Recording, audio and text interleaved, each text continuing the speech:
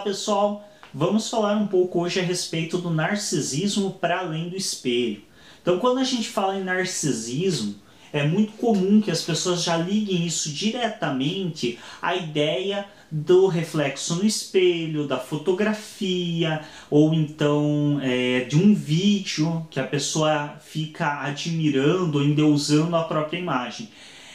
Isso é um reflexo, essa ligação direta é um reflexo do próprio mito do Narciso, que basicamente ele tem várias versões, mas basicamente a maioria delas, o final é Narciso vai até a beira do rio, fica admirado com o próprio reflexo nas águas do rio e acaba mergulhando e se afogando no rio. E morre devido a esse excesso de admiração pela própria imagem. Então isso faz com que as pessoas liguem muito diretamente a ideia de narcisismo à ideia do reflexo, seja ele no espelho, numa fotografia, no que for.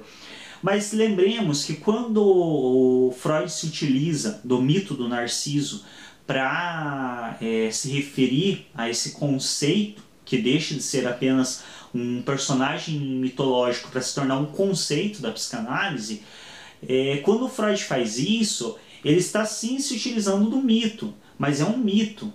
Então o mito ele é uma base, ele é uma ideia de onde se tira o conceito, mas resumir esse conceito ao que o mito diz é muito superficial. Então as pessoas elas fazem essa ligação superficial no senso comum e que deixa de fora muita coisa.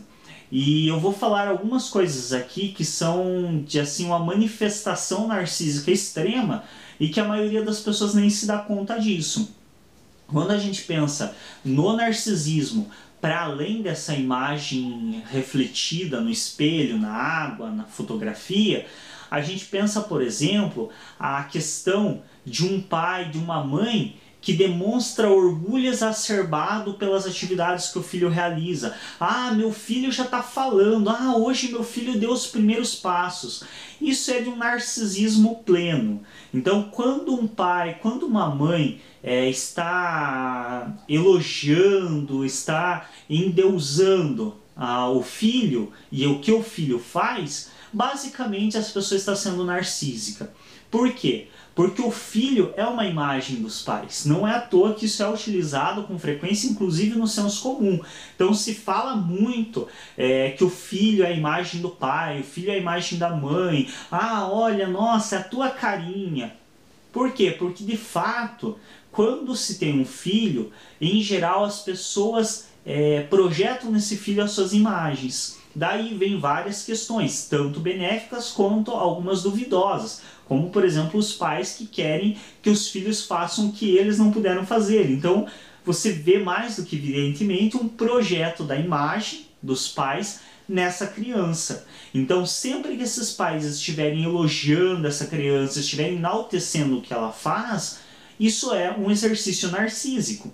E aí muitos vão falar, mas então narcisismo é ruim, não é?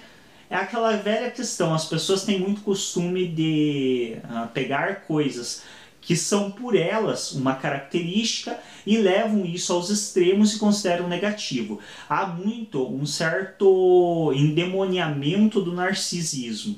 E não é desse modo que funciona. O narcisismo ele é um amor próprio. Quem não seja nada narcísico, não existe como, mas se nós não tivéssemos nada de narcísico em nós, nós simplesmente não teríamos amor próprio.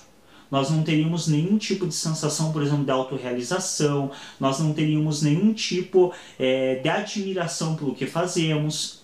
Então o narcisismo ele é uma característica da personalidade humana, ele é importante, ele é o que permite, como eu mencionei anteriormente, a relação entre pais e filhos. Então dificilmente uma mãe iria tolerar, por exemplo, ou quem cumpre essa função de mãe, iria tolerar uma criança que chora, faz ela acordar de noite, uma criança que basicamente nos primeiros dias de vida aí, só se alimenta e defeca.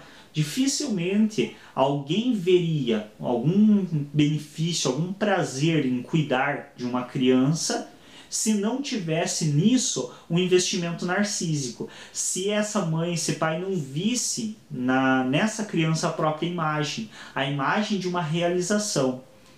O que mais que é um ato narcísico que não envolve diretamente a imagem da pessoa, mas é uma manifestação narcísica e nos passa despercebido. Por exemplo, um pintor que pinte um quadro, uma tela, e fica por horas admirando a tela que pintou. Isso é um ato totalmente narcísico, porque quando nós produzimos algo, quando nós construímos alguma coisa, nós projetamos nessa coisa a nossa imagem. Então, quando você constrói alguma coisa, tem parte de você ali. Não é à toa que as pessoas também falam no senso comum que eu coloquei parte de mim nessa obra.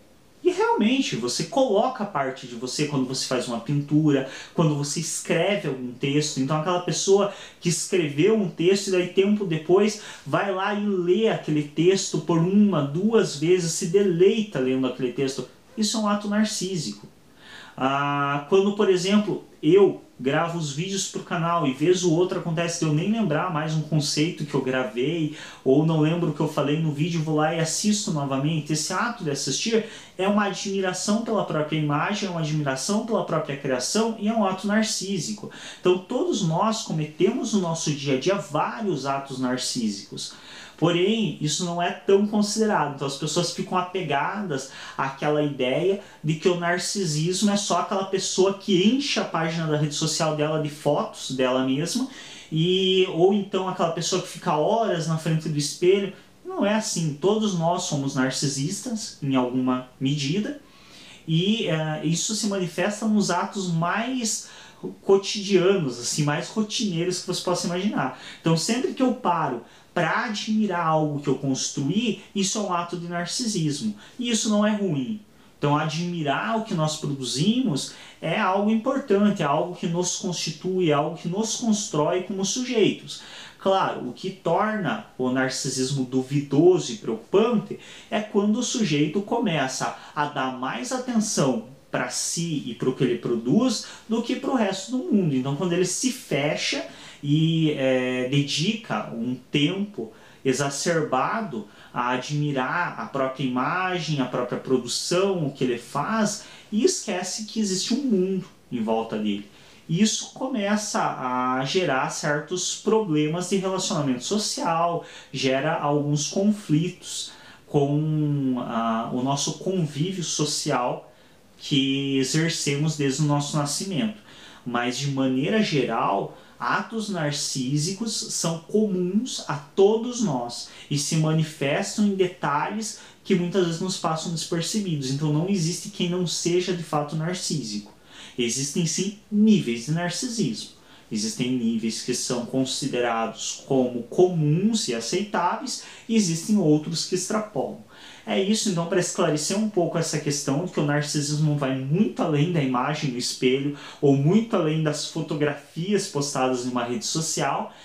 Isso sim são manifestações de narcisismo, mas são apenas as mais óbvias e as mais gritantes. Existem várias outras manifestações de narcisismos que nós fazemos no nosso dia a dia e que muitas vezes passam despercebidas e nós nem notamos, e também tirar um pouco dessa ideia do narcisismo como um grande mal, como algo negativo. O narcisismo é um amor próprio, é um investimento libidinal em relação a nós mesmos. Então isso não é ruim.